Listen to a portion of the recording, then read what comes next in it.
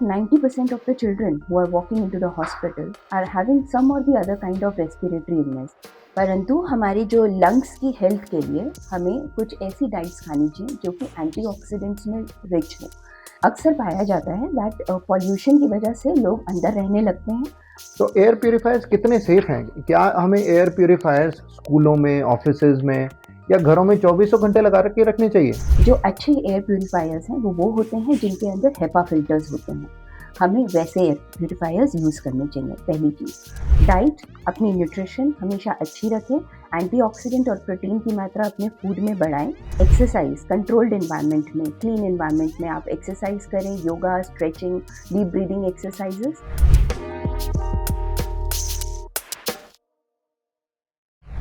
नमस्कार दोस्तों, मैं आपका होस्ट डॉक्टर वरुण बंसल और आज हमारे साथ हैं एक लंग वेलनेस एक्सपर्ट।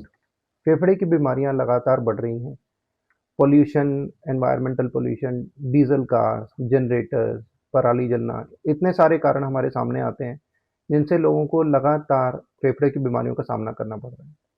इसके अलावा धूम्रपान, इसके अलावा आईएलडी जैसी बीमारियां जिससे लगातार पेशेंट्स को परेशानी होती है, बार बार अस्पतालों के चक्कर काटने पड़ते हैं। क्या आम जनता इससे बच सकती है?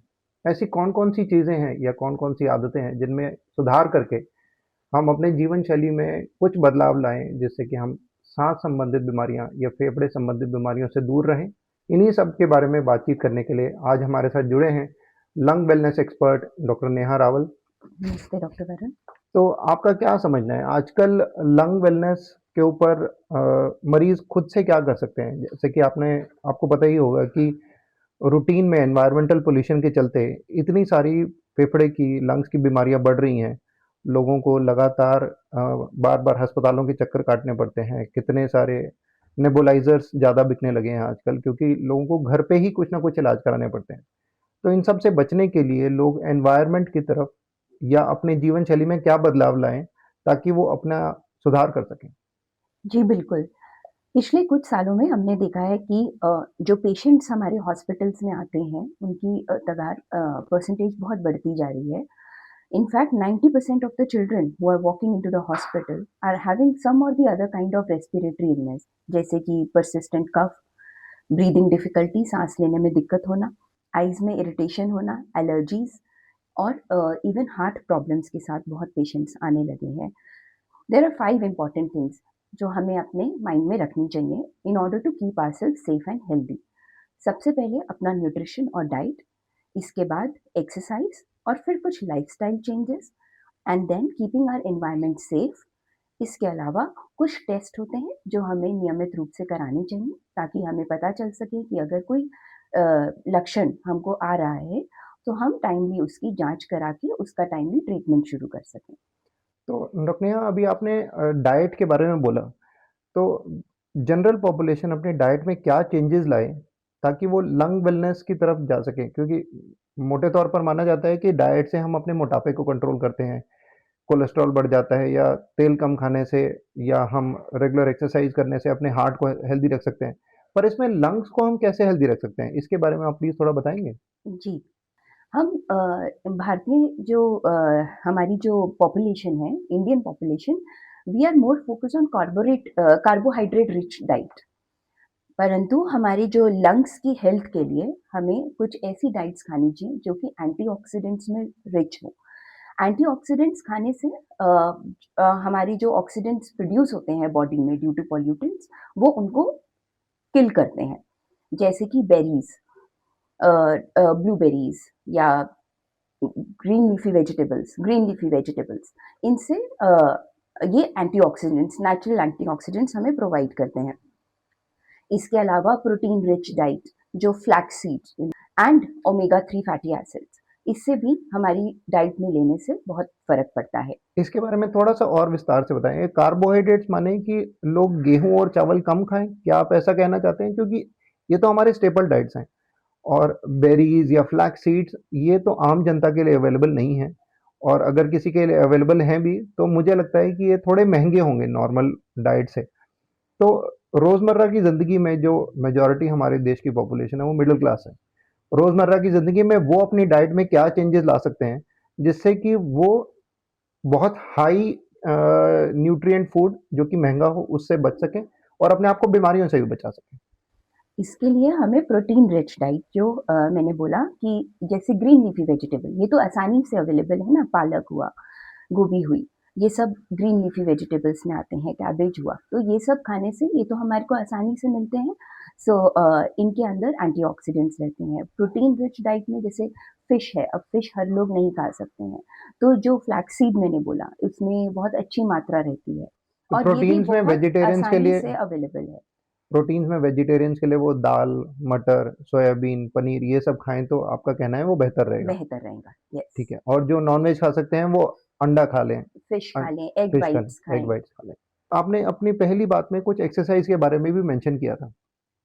हमें सबको पता है कि एक्सरसाइज़ हमारे शरीर के लिए अच्छा है, चाहे वो रेगुलर ब्रिस्क वॉकिंग हो, जॉगिंग हो, रनिंग हो, योगा या प्राणायाम तो हम सदियों से हमारी भारतीय संस्कृति में शामिल है। पर क्या आपको लगता है कि इतनी पॉल्यूशन में हमें एक्सरसाइज़ करनी चाहिए? क्या वो सेफ़ है मरीज़ों के लिए? जी, यह अक्सर पाया जाता है दैट पॉल्यूशन की वजह से लोग अंदर रहने लगते हैं, अपनी डाइट और एक्सरसाइज़ और अपने रूटीन को चेंज कर लेते हैं, बाहर नहीं जाते हैं।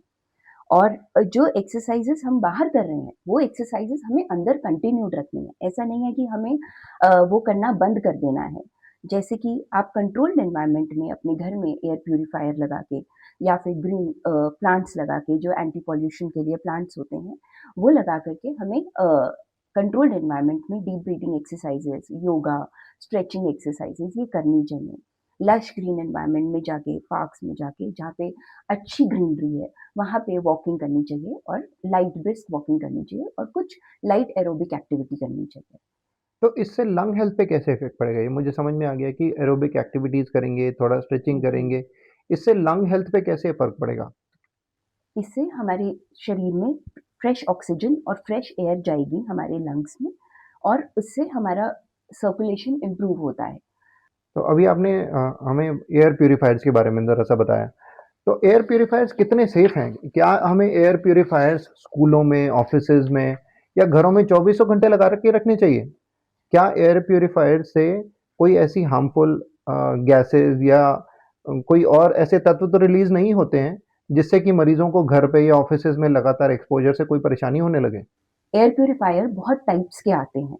जो अच्छे एयर प्यूरीफायर्स हैं, वो होते हैं जिनके अंदर हेपा फ़िल्टर्स होते हैं। हमें वैसे एयर प्यूरीफायर्स यूज़ करने चाहिए, पहली चीज़। दूसरी चीज़, एयर प्यूरीफायर को हमें उस जगह पे रखना चाहिए, जहाँ पे हम अपना मैक्सिमम टाइम स्पेंड करते हैं। फॉर एग्ज़ाम्पल हमारे बेडरूम्स या हमारे लिविंग रूम्स में। थर्ड थिंग, ये इसकी आदत डाल लेना भी ठीक नहीं है। हाँ, जो मरीज़ हैं, जिनको सिम्पटम्स हैं, जिनको इश्यूज़ हैं, प्रॉब्लम्स हैं, रेस्पिरेटरी इलनेस है, उनको ये कंटिन्यूअसली चाहिए। बट हमारी इसको एक ब्लैंकेट रूल नहीं बना लेना है हम सबको जो हेल्दी लोग हैं, कि हमें हमेशा उस एनवायरनमेंट में रहना है, क्योंकि उससे भी हमारी इम्यूनिटी कम होती है। तो ये तो आजकल मार्केट का ट्रेंड हो गया है। मैंने कई बारी अभी तो गाड़ियों की एडवर्टाइज़मेंट में भी देखा कि वो कहते हैं हमारी गाड़ी में एयर प्यूरीफायर लगाएँ। तो कहीं तो हम बात कर रहे हैं कि हम एयर प्यूरीफायर घरों में भी चौबीसों घंटे ना रखें।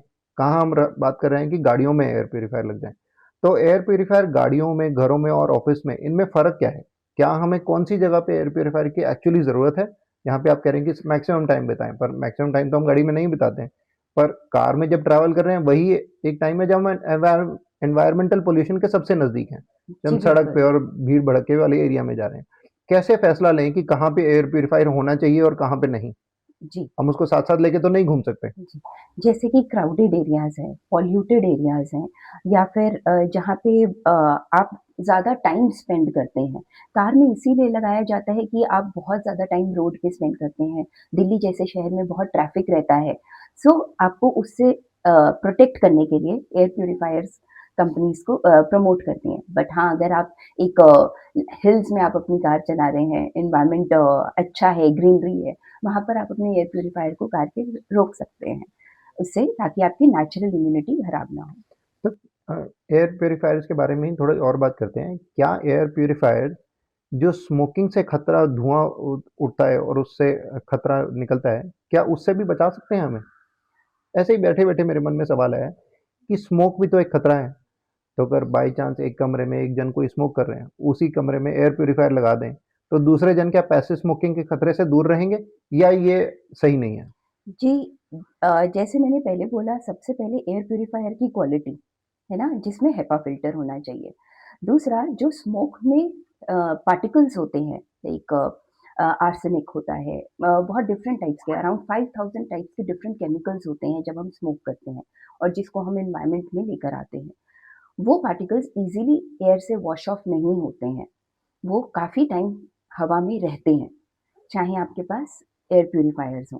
इसीलिए हेपा फ़िल्टर वाले एयर प्यूरीफायर्स होने बहुत ज़रूरी हैं, ताकि हमारी एयर साथ-साथ फ्रेश होती जाए। तो आपने 2-3 बारी मेंशन किया हेपा फ़िल्टर। ये हेपा फ़िल्टर क्या है? मेरी तो समझ से बाहर है ये। हेपा फ़िल्टर ऐसी कोई चीज़ है जो कि कुछ साइज़ के पार्टिकल्स को फ़िल्टर करता है या पूरा जी, का पूरा क्लीन कर देता है एयर को? जी। सो ये बहुत छोटे साइज़ के पार्टिकल्स होते हैं, जो स्मोक में होते हैं, उनको प्यूरीफाई करता है। तो ये आपने अच्छी बात बताई कि हम एयर प्यूरीफायर जहाँ पे भी कंजेस्टेड एरियाज़ हैं, जहाँ पे भी ज़्यादा पॉल्यूशन है, वहाँ पे यूज़ कर सकते हैं। पर अगेन अगर हम इसके बारे में बात करें तो जो भी हेपा फ़िल्टर या फिर एक्सपेंसिव एयर प्यूरीफायर्स हैं, ये उन लोगों के लिए हैं जो उसको अफ़ोर्ड कर सकते हैं क्योंकि औसतन एयर प्यूरीफायर भी कई हज़ार रुपए का आता है और उसकी भी लाइफ़ है कि हर 3, 4, 6 महीने पे उसका फ़िल्टर भी बदलना पड़ेगा हुँ। और उसकी रिपेयर मेंटेनेंस भी होगी, कुछ साल में वो खराब हो जाएगा, फिर से नया लेना पड़ेगा। तो हम ऐसा कुछ सोच सकते हैं या ऐसा कुछ आप हमारे व्यूअर्स को बता सकते हैं जिसमें कि नॉर्मल लोग जो कि उस चीज़ को अफ़ोर्ड ना करें या उस पे अपना खर्च ना करना चाहें। कई सारे लोग ऐसा नहीं अफ़ोर्ड कर सकते, तो वो इसके बारे में और अपने आप को हेल्दी रखने के लिए क्या करें? ऐसे में अपने घर में हरे पौधे लगाना बहुत ज़रूरी है, जैसे कि अरेका पाम एक प्लांट है, snake areca palm, snake plant, ये सब हमारी एयर को प्यूरीफाई करते हैं।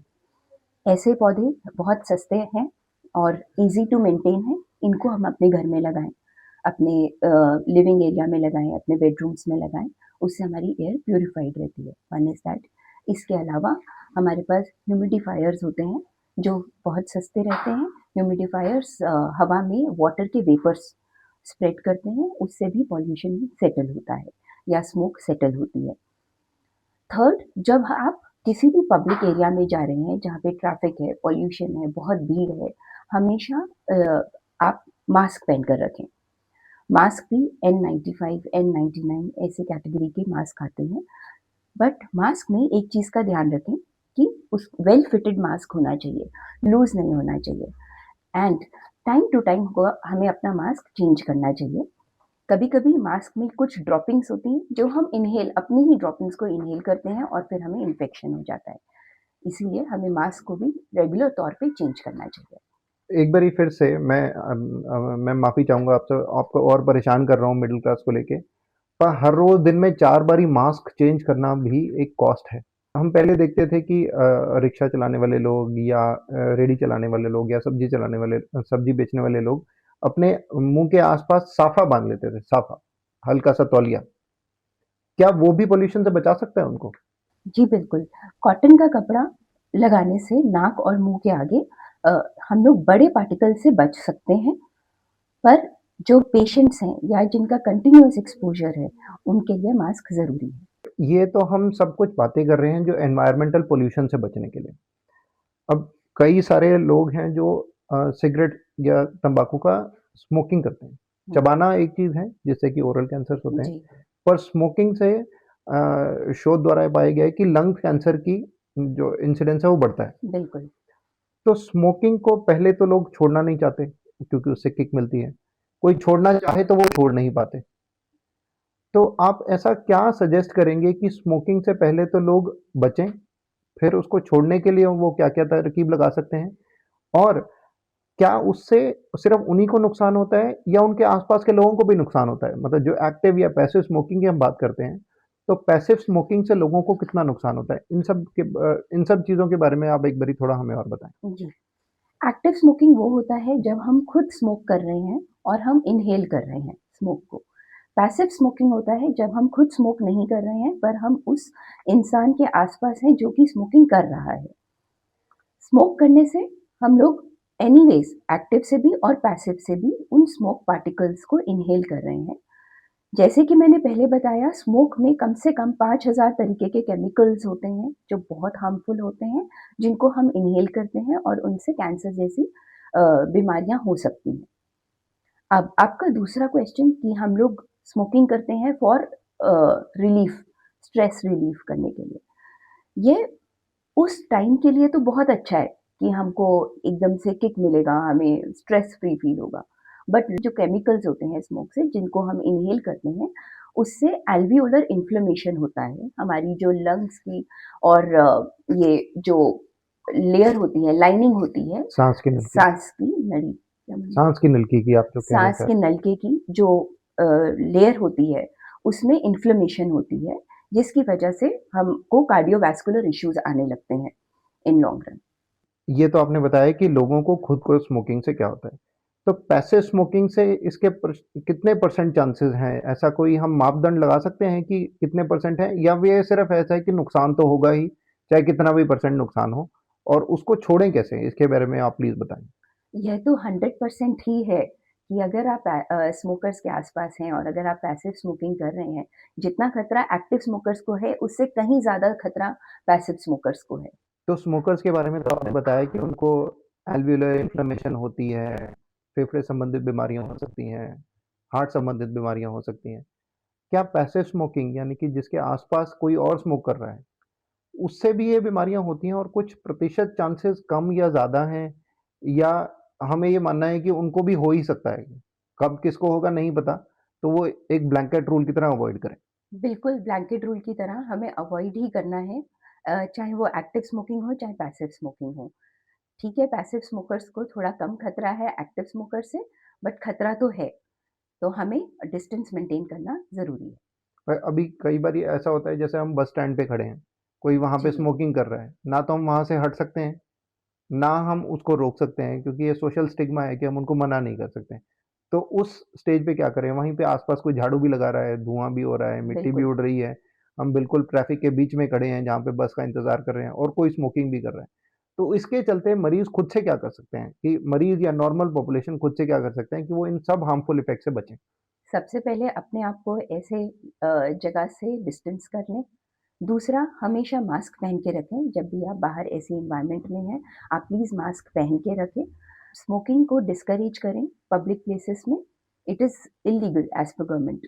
सो we should actually actively tell people not to smoke, we should हाँ, तो नॉट इसमें बताने रिफ्रेन, में कोई हर्ज भी नहीं है कि प्लीज़ आप स्मोक ना करिए ना यहाँ पे, करें, बाकी सब लोगों को परेशानी हो रही है। परेशानी हो रही तो इसी स्मोकिंग के ही एक और एस्पेक्ट है कि कुछ लोग तो स्मोकिंग करते हैं, कुछ अब ई-स्मोकिंग भी करने लगे हैं, है। जी, ई-सिगरेट्स है, जिसको वेपिंग बोलते हैं। वेपिंग बोलते हैं। तो वो कितनी नुकसानदायक है? क्या वो कम नुकसानदायक है, या वो उतनी ही नुकसानदायक है स्मोकिंग की? क्या वो कर सकते हैं लोग एक सब्स्टिट्यूट की तरफ से, या उसको भी नहीं करना चाहिए? अब कोई छोड़ने की कोशिश कर रहा है, उसको कुछ टाइम तो कुछ चाहिए हाथ में, आदत भी लग बन जाती है लोगों की। तो क्या वो ई-सिगरेट या वेपिंग मरीज़ को या स्मोकर्स को फ़ायदा करती है, या वो भी नुकसान ही करती है? बिल्कुल, ये एक सब्स्टिट्यूट की तरह लोग ज़रूर इसको यूज़ करते हैं। मे बी उसके बेनिफिट्स तो उसके हार्मफुल इफ़ेक्ट्स थोड़े से कम होंगे, बट है तो सही। नहीं, सो पर इसके बारे में मैं हार्मफुल थोड़ा और इफ़ेक्ट्स, आपको बताना चाहूँगा कि वेपिंग से शोध में ये पता चला है कि स्मोकर्स को तो शायद थोड़ा फ़ायदा होगा, पर वेपिंग के बारे में जब वो मार्केट में आई तो बताया कि ये स्मोकिंग से कम नुकसान करती है। तो यंग जनरेशन जो है, जो 17, 18, 19 साल के युवक हैं हमारे, उनको लगा कि ये नुकसानदायक नहीं है, और कूल दिखने के लिए उन्होंने वेपिंग करनी शुरू कर दी। जी। तो उनको भी काफ़ी नुकसान हुआ। तो इसके बारे में आपका क्या कहना है कि ये जो बिहेवियरल चेंजेस देखे जाते हैं, स्मोकर्स वर्सेस नॉन स्मोकर्स, या जो धूम्रपान स्क्रीन पे दिखाया जाता है, जैसे आप देखें हीरो है एकदम से सिगरेट स्मोक कर रहा है, उड़ा रहा हुँ, है, हुँ, हुँ। तो उससे क्या असर पड़ता है? उससे मेंटल हेल्थ पे लोगों की क्या असर पड़ता है? क्या वो प्रमोट हो रही है उससे स्मोकिंग, या वो उसको सिर्फ़ मनोरंजन की तरह देखा जाता है? जी, बिल्कुल, जो व्यूअर्स हैं, जो इस तरीके का एडवर्टाइज़मेंट देखते हैं, उनको अपने आप को रिफ्रेन करना चाहिए। दूसरा, जो कर रहे हैं इनको प्रमोशन को, उनको बहुत क्लियरली बताना चाहिए कि ये धूम्रपान बहुत नुकसानदायक है। जैसे कि आजकल फ़िल्मों में नीचे लिखा भी आता है, जब भी कोई स्मोक कर रहा हो, तो उसमें लिखा आता है कि धूम्रपान सेहत के लिए नुकसानदायक है। जी। ये गवर्नमेंट ऑफ इंडिया के कुछ रूल्स हैं। तो आपको क्या लगता है, ये सरकार या पब्लिक कंपनीज़ इसके बारे में क्या कर रहे हैं एनवायरमेंटल पॉल्यूशन के लिए, स्मोकिंग के लिए, या लंग हेल्थ के लिए? क्या हमारी सरकार इसके बारे में कुछ एक्टिव स्टेप्स ले रही है? आपको उसके बारे में कुछ ज्ञान है जी, क्या? जी बिल्कुल। सरकार ने बहुत सारे ऐसे इनिशिएटिव्स लिए हैं जिससे कि हम प्रदूषण को कम कर सकें। आप देखते हैं जब हम सड़कों पे जाते हैं तो वहाँ पे ट्रक्स चल रहे होते हैं जिनको हम फॉगिंग मशीन्स बोलते हैं। इससे वो वाटर स्प्रे करते हैं रेगुलरली ताकि पॉल्यूशन नीचे सेटल हो सके। इसके अलावा ग्रैप 4, ग्रैप 3 आप लोग सुनते हैं जो रेगुलर बेसिस पे इम्प्लीमेंट होते हैं। ये ग्रेडेड मेजर्स होते हैं एक्यूआई के हिसाब से और एक्यूआई को कम करने के लिए। तो ऐसे और भी कई सारे इनिशिएटिव्स हैं जैसे कि जो सिगरेट के डब्बे हैं उनके ऊपर डरावनी फोटोज लगाई जाती हैं। ऐसे ही फार्मर्स को इंसेंटिवाइज किया जाता है कि वो पराली ना जलाएं। तो ऐसे बहुत सारे इनिशिएटिव्स हैं जो कि गवर्नमेंट ले रही है, जो कि आई एम श्योर आप जानते ही होंगे और प्रमोट भी कर रहे होंगे। तो इसके अलावा कुछ रिपोर्ट्स जो न्यूज़पेपर में रिपोर्ट्स आती थी वो ये थी कि हमें जगह जगह पे कबूतरों को खाना नहीं डालना चाहिए। हम्म। तो इसमें क्या सही है? इसमें कितना तथ्य है कि हमें ये सब नहीं करना चाहिए? क्या उससे भी एनवायरमेंटल पॉल्यूशन या लंग रिलेटेड बीमारियाँ फैल रही हैं? बिल्कुल। पिजन फीडिंग को एक one of the major reasons पाया जा रहा है आजकल फॉर रेस्पिरेटरी कंडीशंस। जैसे कि जो पिजन की ड्रॉपिंग्स होती हैं उसके अंदर हार्मफुल बैक्टीरिया और फंगस होता है। जब हम उसको इनहेल करते हैं तो बीमारियां जैसे कि हाइपर सेंसिटिविटी न्यूमोनाइटिस, इस तरीके की बीमारियां बहुत बढ़ रही हैं। और हमने देखा जब हमने पेशेंट्स को बोला कि आप फीडिंग से दूर रहें, पिजन फीडिंग से दूर रहें, उस एरिया में ना जाएं, और उनके सिम्टम्स काफी बेहतर होने लगे। तो इससे बिल्कुल क्लियर होता है कि हमें पिजन्स को फीडिंग नहीं करनी चाहिए और इसको डिस्करेज करना चाहिए। अपने हमारे आसपास भी अगर कोई लोग कर रहे हैं, हमें इसको डिस्करेज करना चाहिए। तो फिर एनवायरनमेंट में बैलेंस बनाने के लिए क्या करें? क्योंकि जो पिजन्स या बाकी पशु-पक्षी हैं, वो भी तो हमारे साथ ही इसी एनवायरनमेंट में रहते हैं। अगर हम उनको खाना नहीं डालेंगे तो हो सकता है उनको वो भूखे मर जाएँ। एक्चुअली हम फूड चेन को खराब कर रहे हैं, ज़्यादा खाना खिलाकर उनको। भगवान ने उनके लिए बहुत सारे तरीके बनाए हैं खाने के लिए। ग्रास होती है, फ्रूट्स होते हैं, ट्रीज़ होते हैं जिसके ऊपर वो बैठ के वो चीज़ें खा सकते हैं। उन्हें ज़रूरत नहीं है एक्स्ट्रा फीडिंग की। हम उनको फीड करके एक्चुअली फूड चेन को खराब कर रहे हैं। तो एनीवेज़ पिजन से थोड़ा-सा हटते हैं। मुझे ये बताएँ कि हम अ, कोई भी पेशेंट्स या नॉर्मल इंसान अपनी लंग हेल्थ को जानने के लिए क्या रूटीन में कोई टेस्ट करा सकते हैं जिससे कि वो समझ सकें उनके फेफड़े की हेल्थ कैसी है? क्योंकि रूटीन में तो उनको ज़रूरत नहीं पड़ती है कि फुल कैपेसिटी एक्सरसाइज की, उनको मैराथन दौड़ने की ज़रूरत नहीं पड़ती है। तो ऐसे भी कुछ जाँचें हैं जिनमें वो चेक कर सकते हैं कि उनकी नॉर्मल हेल्थ कुछ खराब हुई कि नहीं हुई। क्योंकि कुछ टाइम पहले सर्जन्स ने ऐसे एक स्टेटमेंट दी थी कि जो दिल्ली के पेशेंट्स हैं, उनके लंग्स जो हैं वो ऑपरेशन दौरान काले पाए जाते हैं। तो क्या ऐसे कोई टेस्ट हैं जिनमें से मरीज़ खुद ही चेक कर सकें कि उनके लंग्स में या उनके हार्ट में कोई और प्रॉब्लम तो नहीं हो गई है, जिसके लिए वो उनको डॉक्टर के पास जाना चाहिए? जी बिल्कुल। लंग्स की जाँच के लिए बहुत सारे टेस्ट होते हैं, जो हमें नियमित तौर से करवा लेने चाहिए, ताकि हमें टाइम से पता चल सके अगर लंग्स में कोई डैमेज है, तो हम उसको टाइमली ट्रीट कर सकें।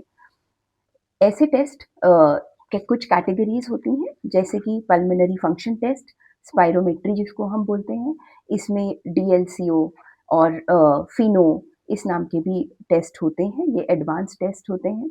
एक्स-रे, सीटी स्कैन ये भी अलग टेस्ट होते हैं, इसीलिए आप अपने पल्मोनोलॉजिस्ट या रेस्पिरेटरी स्पेशलिस्ट, अपने फिजिशियन से ज़रूर मिलें और वो आपको प्रिस्क्राइब करेंगे ये test, and then you can go to centres where these test can be done. तो ये टेस्ट करा के क्या मरीज़ों को डॉक्टर साहब से मिलना ज़रूरी है या वो खुद से भी इसको बस इसके बारे में और समझ सकते हैं? जी नहीं, इन टेस्ट की रिपोर्ट्स डॉक्टर्स को दिखानी बहुत ज़रूरी है। उसी के हिसाब से वो आपको आपकी मेडिसिन्स शुरू करेंगे और टाइमली आपको क्योर कर पाएँगे। पर हम सबकी एक बेसिक टेंडेंसी हम मेडिसिन से दूर रहना चाहते हैं। तो पर कुछ-कुछ बीमारियों के लिए दवाइयाँ खानी भी पड़ती हैं। तो ये पास्ट वर्सेस प्रेज़ेंट आप क्या समझते हैं कि बीमारियों के ट्रेंड में क्या फ़र्क पड़ा है? क्या पहले लंग की बीमारियाँ ज़्यादा होती थी या अब ज़्यादा होती हैं या पहले होती थी और पता नहीं चलता था और अब पता चलने लगा है? पहले कैंसर कम होता था, अब कैंसर ज़्यादा हो गया। तो ये ट्रेंड क्या है बीमारियों में और उनके इलाज में और उनकी रिपोर्टिंग में? जी, बिल्कुल। सो विथ टाइम हमारी टेक्नोलॉजी इम्प्रूव हुई है ना? उसकी वजह से हम लोग कोई भी बीमारी है तो हम उसको जल्दी पकड़ पाते हैं। दूसरी चीज़ तो इसीलिए हमें बीमारी का जल्दी पता चलता है, चाहे वो कैंसर हो, चाहे वो लंग डिज़ीज़ेज़ हों। However at the same time हमने अपने एनवायरनमेंट को विद टाइम बहुत ख़राब भी किया है हमने। तो इस करके भी हमारे लंग डिजीज़ेज़ बढ़े हैं या कैंसर बढ़े हैं, हमारा लाइफ़स्टाइल चेंज हुआ है, हमारा खान-पान चेंज हुआ है।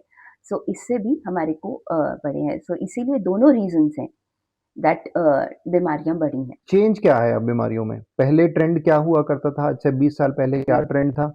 अभी पहले एलर्जी ज़्यादा होती थी या जी, पहले कैंसर ज़्यादा होते जी, थे या अब एलर्जी ज़्यादा है और अब कैंसर ज़्यादा है? जी। सो पहले इन्फेक्शन ज़्यादा थे, फिर हम एलर्जीज़ की तरफ आए, एलर्जीज़ होने लगी और अब हम कैंसर की तरफ आ रहे हैं। इस तरीके से हमारा ट्रेंड चेंज हो रहा है। हाँ, जैसे पहले हमें बहुत सुनते थे कि हम टीबी हो गया बहुत लोगों को। अब टीबी सुनना इतना कॉमन नहीं है जितना पहले हुआ करता था। पर अब हर सर्दियों में लोग एलर्जी के साथ आते रहते हैं और कैंसर सेंटर्स तो आपको पता ही है पूरे देश में बढ़ रहे हैं। तो मुझे लगता है जो आप कह रहे हैं इसका ये प्रूफ है कि चेंजिंग टाइम के साथ जो बीमारियाँ हैं चेंज हो रही हैं और उनके टेस्ट और उनके इलाज भी बदल रहे हैं। जी, तो बहुत-बहुत धन्यवाद डॉक्टर नेहा हमारे शो पे आने के लिए। पर मैं आपसे फिर से एक रिक्वेस्ट करूँगा कि आप 5 ऐसी चीज़ें बताएँ, जिनसे कि मरीज़ अपने आप को बीमारी से दूर रख सकते हैं। जब वो बीमार होंगे तो वो टेस्ट करा लेंगे, डॉक्टर साहब से मिल लेंगे और इलाज भी शुरू करा लेंगे। पर 5 ऐसी आदतें जो वो हर रोज़ रोज़मर्रा की ज़िंदगी में अपनी ले आएँ और लंग संबंधित बीमारियों से दूर रहें। जी। सो 5 चीज़ों का हमेशा ध्यान रखें। डाइट, अपनी न्यूट्रिशन हमेशा अच्छी रखें। एंटीऑक्सीडेंट और प्रोटीन की मात्रा अपने फूड में बढ़ाएँ। दूसरा, अपने लाइफ़स्टाइल चेंजेज़ लेकर आएँ। जब आप भीड़ वाले इलाके में जा रहे हैं, मास्क पहनकर रखें। घर में हेपा फ़िल्टर वाले एयर प्यूरीफायर लगाएँ। तीसरा, एक्सरसाइज़ कंट्रोल्ड एनवायरनमेंट में, क्लीन एनवायरनमेंट में आप एक्सरसाइज़ करें, yoga, stretching, deep breathing exercises. Fourth, आप अपने रेगुलरली और नियमित तौर से अपनी जाँच करवाएँ। और पाँचवाँ, अपनी एनवायरनमेंट को सेफ और क्लीन रखें। बहुत-बहुत धन्यवाद डॉक्टर नेहा, हमारे शो पे आने के लिए। आई एम श्योर व्यूअर्स को इससे बहुत बेनिफिट मिला होगा, जिससे वो अपने बारे में और समझ सकें, अपने एनवायरनमेंट के बारे में और समझ सकें, अपने डाइट में कुछ चेंजेस लाएँ, लाइफ़स्टाइल में चेंजेस लाएँ और अगर ज़रूरत पड़े तो वो अपने नज़दीकी डॉक्टर या एक्सपर्ट की सलाह लेके कोई टेस्ट करा के अपना इलाज टाइमली कराएँ और स्वस्थ ज़िंदगी जिएँ। बहुत-बहुत धन्यवाद। नमस्ते।